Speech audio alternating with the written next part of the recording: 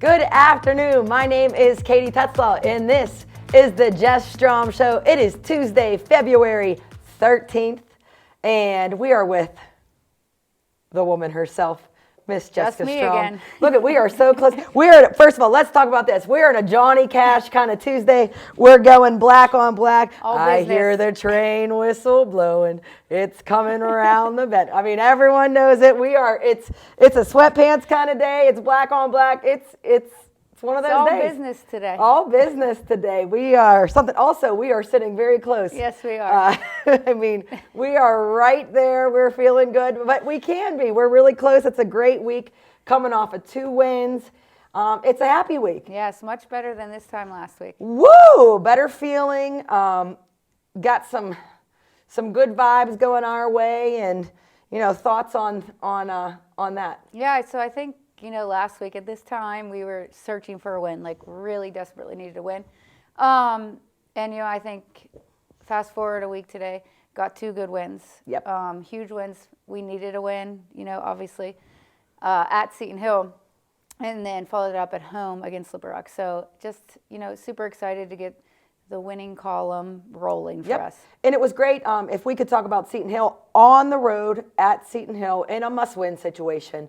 There's a big chunk of us in the PSAC standings, and going on the road, which was something that we've kind of, I don't want to say struggled with, but haven't been as consistent as we would like to be. Going on the road, getting that win at Seton Hill. Deja Terrell with a huge game in terms of points being scored. It was huge. nice. We talked about it last week. Seton Hill was in the mix with everybody else, with us, with everybody, basically. So to go there, they're a good team. Tough and they to play. go They fast, play fast. man. Yeah. Play fast. And here are some of the highlights.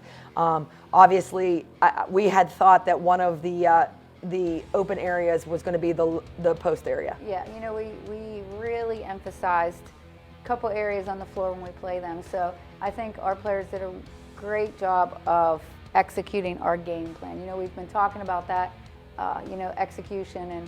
And, Deja had a double-double, and I believe Alicia had a double-double also. So 2 post players with a double-double, getting high percentage shots down low, and that little area was the key. And they had to finish, though. I think they did a good job finishing. I think our guards did a good job getting them the ball. And when Deja's making shots like that, it's scary for the other team because she's feeling good. But we're up. Seton Hill did not go away. They never do. They never do. So nope. Just towards the end, again, we have to just compose ourselves a little bit better. But I also think obviously you see a lot of highlights of Deja scoring, but Sierra had some really big baskets too. They would come down and make a 3, and then she would answer it almost every time. So Deja had a lot of points, but for sure team effort. There's one I'm talking about, pretty deep. And I believe that was right after they hit a 3. So answered that call. Answered it, yeah. But what people forget is the pace of what Seton Hill plays on the offensive end. Their transition. So, obviously kudos. These are all offensive highlights. But, I mean, the real story was us being on the defensive end, guarding their pace, guarding what they do quickly. They have some quick guards off the bounce. Get after it that way. I'm really pleased with their efforts on that. Yeah, you definitely can't take second off defensively against them because they will capitalize. Like you said, they have some really quick guards. They get down the floor quickly. Fast. Yeah. Make misses. Hard to doesn't play matter. Against, yes. There you see Sierra shooting another one. And like I said, we're up, I think, 15, maybe 17. I'm not sure. And like I said, they came back and made it a little closer. Oh, I was fired up on that one. I actually broke my clipboard in a good way on that one. She had the over-the-top move and won. I hit my clipboard because I was like, yes, Deja. Well, then it cracked. So then when something not great happened, I was like, man. And it broke on the floor, and I made sure I told the officials. Everyone thought you were mad. Everyone thought I was like that crazy assistant coach that broke their clipboard. But I want to be the one to say that I was not. I broke it on a good one. Yes. It was a positive clap. Oh, it's because we've worked, like she has worked on that move. Oh, and it over and over. And it's so good when they do it and it works and you're just fired up. And one, finished it like, I felt the juice on that. I mean, I felt that energy. Like you said, you work on that, you see someone working on it. And when it comes to fruition, man, you just, as a coach, Yeah. You talk about intensity. It's like, oh, that's why I've rebounded for hours and hours and hours for that one play to make those 3 points right there. It was awesome. So happy to get away, get out of Seton Hill with a win. Great team, which I think is where we needed to be at that point. You know, we needed a win. Must and I win. think our team responded. And like you said, executed the game plan. So pumped that we had some really good, effective stuff and did what we had wanted to do. Didn't go rogue. Yeah. Stayed true with it. And then, you know, we always get fired up. We hunkered down on defense, got some critical stops when we needed to, turned the ball over, turned them over quite a bit. And I can't remember exactly what the turnovers were, but maybe 24. Yeah. That's what I thought. And, you know, when you're forcing 24 turnovers, and then making some baskets on our end, it leads to a much more relief sensation. Yeah, it wasn't just a win that we like escaped with a win. You know, I feel like we felt that way in previous games. Yeah, there's been some games I'm like, oh, thank God the buzzer went off. And you know what I mean? Like it was done because it was just like we escaped. Mm-hmm. But I didn't feel that way at Seton Hill. I felt like we did a really good job. We were just solid. Yeah, that's what you're wanting. I mean, you want that every game. Right. Let's be honest, but especially at this time, this critical point of the season, you need to get wins. And then we follow that up with a home game, which it felt like 25 years since we played at home. Especially on a Saturday. On a Saturday. Yeah. I feel like I forget how our camera worked. I was like, oh, what do we do? Do we plug in the camera? Oh, okay, we've been at home, you know, because, you know, as the home team, you're responsible for that. And, you know, I thought for a Saturday game at 1 p.m., great crowd. Yeah, it was awesome. There was a ton of kids there. Loved the youth night, youth day. We had a couple teams there. The kids, first of all, be still my heart when you see, isn't it? It reminds me, Jess, and you probably remember when you were young and you looked up and you thought those, not only high school girls, but college girls were just the coolest things on the planet. Those girls were so excited. And I think we kind of preached that, like, you know, give back to the game that has given so much. And like these kids look up to you as, you know, they might want to emulate you. Like, oh, I want to play basketball in college. Like that is important. Yeah, it's so cool. It's so cool. Well, first of all, it's awesome because Becky Simbeck brought them. You know, organized the whole thing. Amazing Cal U alumni, All-American, National Player there. I mean, she has won basically every accolade, Hall of Famer here at Cal. I mean, she was legit. Yeah. I mean, I did not get to see her live because I was in the middle of my playing career, but I watched some film. Oh, and it's so cool to have her back. Legit. Like, to want to come back to a game, you know, and bring her daughter, which was in the group, and it was just awesome. And then they all came in the locker room, and our kids were signing their arms. I'm like, oh, geez, they're going to go home, and their parents are like, where did you go? Where were you? Because, signing their T-shirts. They probably spent $27 on a T-shirt, and here it comes back with all these signatures from Cal U women's basketball. But I think it's worth it. But they were just so excited. It was really cool to see. Yeah, that's priceless stuff. So, but wanted to play well, wanted to play at home, slipped up a little bit at Slippery Rock in the third and fourth quarter. I thought we had, last game that we played them, the first time around in the PSEC at Slippery Rock, we had a dominating first quarter. I think we had a heck of a second quarter as well, held them to points, and then let that lead kind of slip away quarter by quarter. And we really, really wanted to put together 4 quarters versus Slippery Rock here at home. Yeah, and I don't necessarily think we did that completely. You know, we started in a little different defense than we have practiced a ton. So, okay. I also think they were making some shots. And they actually played us a little differently than anyone has all season. You know, they really tried to take away Deja, and they really tried to take away Sierra. So, you know, I think it took a minute to adjust, you know, and that's understandable. Other people had to make some shots. There you see, I think Kamaya had probably her best game. Yep. You know, and her young career, but solid game as a freshman. Yeah, and I like that right there because Sierra is learning that she can do other things. You know, I think she knew that, but we have kind of, or she has, I don't know, as a whole labored her as our shooter. But she can go off the bounce. She's a great passer. So, you know, I love seeing these when it's a pass. You know, me too. For, you know, an easy layup or an easy basket.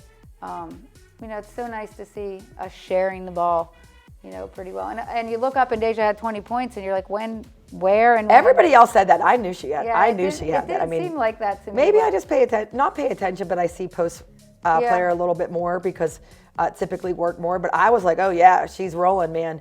And then we had a nice couple stops and a nice couple plays getting to areas of the floor again that we had said, hey, if they're playing you like this, do this. Yes. Like very much countering what people are trying to do to us. And isn't that the name of the game? Like you have to capitalize on what they're giving up. Yeah, and I think they executed. Like, I think our players really listened and executed, in-game adjustments, which we have struggled with throughout the year. So I think it was really good. Oh, steal to score, baby. This is what the We had a doctor few has this ordered. game. Yes. So, and this is the thing. Last game, when like you said, we played Slippery Rock, we went out to a 30-point lead early. This game was tough. Like, we had to lock down. We had to stay focused. We pulled away, but it was at the end. It was only in the fourth quarter after the media. I mean, I should say maybe a little bit right before the media. But it felt like that's when we started to pull away. So it was tight for four quarters. And sticking with it and making plays. Big shot by Italia. Fired up. Just getting some good looks. And again, you love to see when we can hold teams. I was very thankful. We've been holding teams, not always, but consistently recently in the 50s, but we have been struggling to score. Yeah. So it's nice to get a 70-plus game with holding another team in the 50s, which is kind of what we've been liking. Yeah, and it was, like I said, they did play a little bit differently defensively on us. So that was good. Like, clearly they game planned, for us and tried to stop us offensively. And we still scored over 70 points. So to me, that was awesome. That means we listened. That means other people scored when they needed to score. So and found it was ways nice to score. Yeah. Which might have been different in previous games. So you love that. You love to see when a plan kind of, an in-game, I think you hit the nail on the head, an in-game plan gets executed because, again, like you said, we just haven't been consistent. Right. I feel like we've recently, I feel like we've done it a couple times, like where you call a timeout and say, listen, ladies, we're trying to go here, here, and here. We do that a first couple possessions, and then we kind of go away from it. I felt like we really stayed true to what you were saying, which is like, this is where we want to get the ball. This is what we want to do, and I think we did a good job at it. Yep, and the defensive effort I thought was good and sharp, especially like, just kind of holding and staying true to what we do and getting some steals. And I can't remember, I thought we did really well on the offensive glass from what I can remember from the stats, and I thought we caused some turnovers. I don't remember the numbers, but yes. Is that 10 years ago? I mean, it was just Saturday. What is it, Tuesday? I mean, here's the thing, though. Once those games are done. You move on so fast. We have no time. I mean, I don't know what the players feel like, but I feel like you're moved on. Like, as soon as that second goes, you get the film up, it's like, boom. Especially the next day. So that's Saturday. Then Sunday, you have moved on. We have moved on. on I to was Clarion. moved on right after. At 3 p.m., I'm ready to roll. I'm sure you are too. And then coming up, big game here at home. Also, let's talk about this. Folks, Vulcan Nation, tomorrow is Valentine's Day. Wouldn't it be just wonderful if you could bring a date? So you and bring somebody else to the Convocation Center, 5:30 p.m. when we play Clarion. The love is in the air at the Convocation Center. Maybe you bring somebody. Maybe they bring a friend. Maybe there's just a lot of love in that building. Let's get some fans. Pack Convo, big PSAC game versus Clarion, 5:30. What do you think about that, Jess? Yeah, I think it's a great idea. Yeah. We should bring back the kiss cam. Remember they used to do that? If it goes on my parents, like, first of all, my parents come to the game, my dad would be like, yeah. I mean, they've been married, for 40, almost 50, actually, I think 50 years. I can only imagine if my dad and mom are on the kiss cam. All right, the hug cam. Yeah. Well, I mean, it's fun either way. But no, it'd be awesome. The kiss cam for Valentine's Day. I think so. I think we need a lot of students to come. I think Saturday was a lot of younger kids. Loved it. And it was awesome, but we need some Cal students to come. Yeah, and we have been getting some good crowds too. We have. And they get wild. Like, I love when other teams come. We get a ton of support. Football and the men's basketball team is there before they play.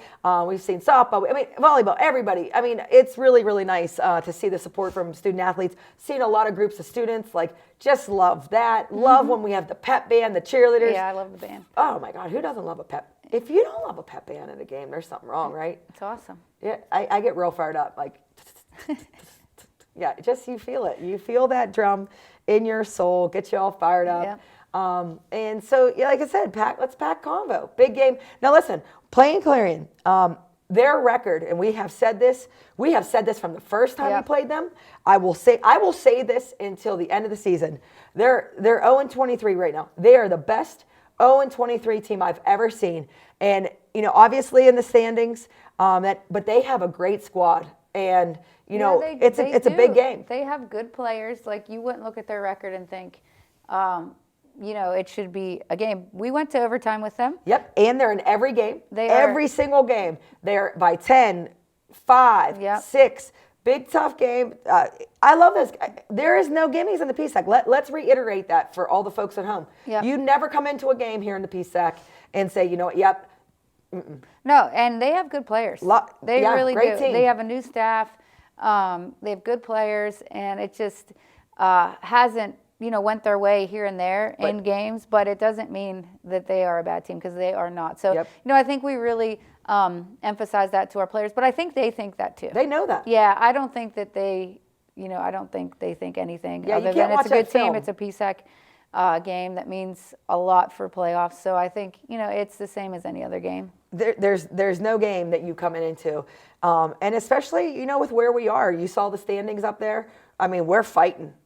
We are fighting. In the middle, yes. fighting. I mean, if you show the standings again, Gary, I'm not sure if we have the standings graphic, but I mean, the only person that has clinched a playoff seed in the PSAC West is Gannon at 16-1.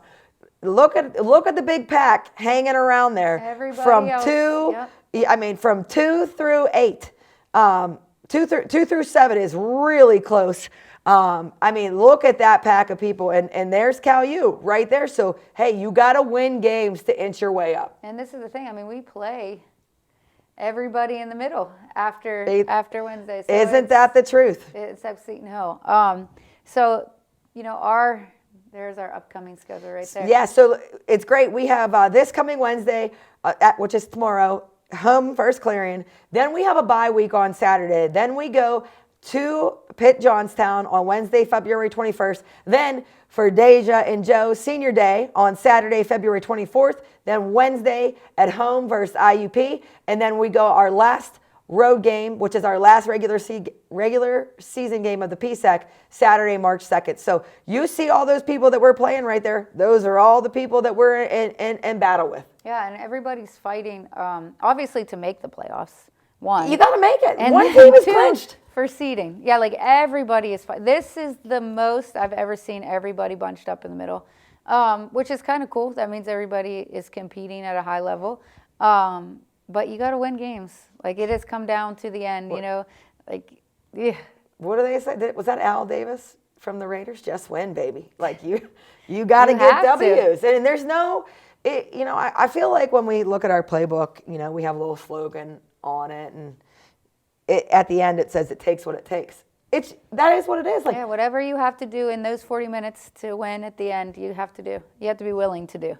The scoreboard has to have you have to have the W. You have to have more points than the opponent to win that game and to make your way in the PSAC to make the tournament. Yeah, and I think it's great. Like, in our locker room, our saying when you walk out is, don't get to March and wish for a second chance. And I think it's so true right now. Mm-hmm. We have given ourselves no wiggle room. Mm-hmm. So we have put ourselves in this position, which is, we're fine. Yeah, you're fine. Like, but you can't go back and change it. You don't want to get to the end of the season and say, man, we had the chance. We had IUP at Mercyhurst, Clarion, all at home. Mm-hmm. We should have had those games. You can't say coulda, shoulda, woulda. Yeah, you can't. So you really have to focus. You really have to understand what's at stake and just focus on these games. Yeah, absolutely. And how much fun. Like, I don't know what it is. Obviously, as a basketball coach, we love basketball. I mean, plain and simple. It's our full-time jobs. I mean, you have to love it to be able to do it. But what is it about, like, mid-February to March when the weather starts changing, a couple nice days of sunshine? You just, the games, like, are so important. They're on the line. It's like kind of pressure situations. Yeah.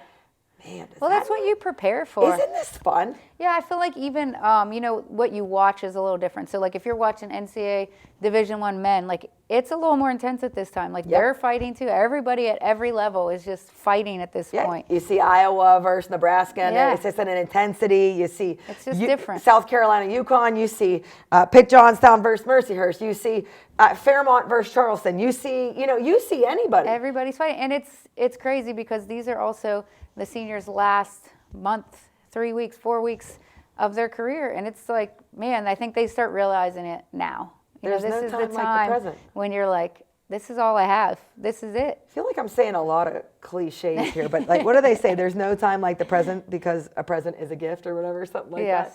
Like, literally, there's no time like now. And it's, you got to win. Yeah, you got to take care of yourselves. By this point, you know what you're doing. And if you don't, we're in trouble. Yeah, so I feel like it's just executing, playing hard. Everybody is going to want to win. So kind of what is going to separate you in those games? Mm-hmm. You think where are you with this? Is it mental or is it physical, or both? I think at this point it's physical in the aspect that you have to be healthy. You know what I mean? Like you can't, if you have key players injured, that's tough. At this point. But next man up. I mean, it should be. It's just, it depends. It's tough. You know what I mean? Yep, it depends who it is. So I think physical that way, yeah. But everybody's in shape at this point. Everybody is, prepared that way. So I think it's mental. A lot of it right now is mental. Focus, executing when there's pressure, taking care of the ball when you need to, getting a score when you need to. All that to me is mental. Yep. You've done it a million times. Your body has shot a layup. You have the muscle memory of that. So do you think that holds true for us? Because I was in practice today, and I did a little Euro step, and my layup was bad. No, I think it goes away after like 10 years. I mean, it was. I was off balance. I took it up, and I still like to, put it between my legs and kind of. I took that little step, and I said, ooh. Once you turn 40, it all goes out the window. There's none. I'll tell you what, though, let me get you back down. I'm better now in my older age because I don't have to move. But on a positive note, you have not had to practice. Let's go. Don't you dare. Let's go. Listen, I'm not out there on the floor, staying healthy, knock on wood. I shouldn't have said that. No, we got 10 we got 10 plus players healthy, we got all of that. Yeah. So, oh man, that was a trip last year. Oof. Man, Sierra Lloyd made me do a helicopter in the middle of the practice. I'll never forget that as long as I lived. It was one of my. But Nina's pretty fast, so if you had to guard her. No way. Yeah. There's no way. Deja on the block because she wasn't in there last year. No. First of all, Nina would blow right by me. Yeah. Well, every one of our. let's not get a little crazy. Every single one of our players at this moment in my time would blow by me, and our post players would all dominate me. I first of all couldn't box out Alicia on an offensive rebound. Deja would probably put her elbow through my face when she turned because I'm a little smaller, but man. You don't have to worry about it. Don't have to worry about it. Don't even have to think about it. So it's just so fun.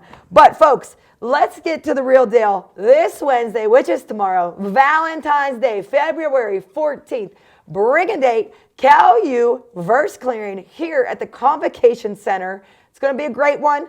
We would love for you to follow us. We'll have a show coming up next week, and it's that time of the year. Make sure you get here, support the Vulcans. We need you. Have a great one, and thanks for watching the Jess Strom Show.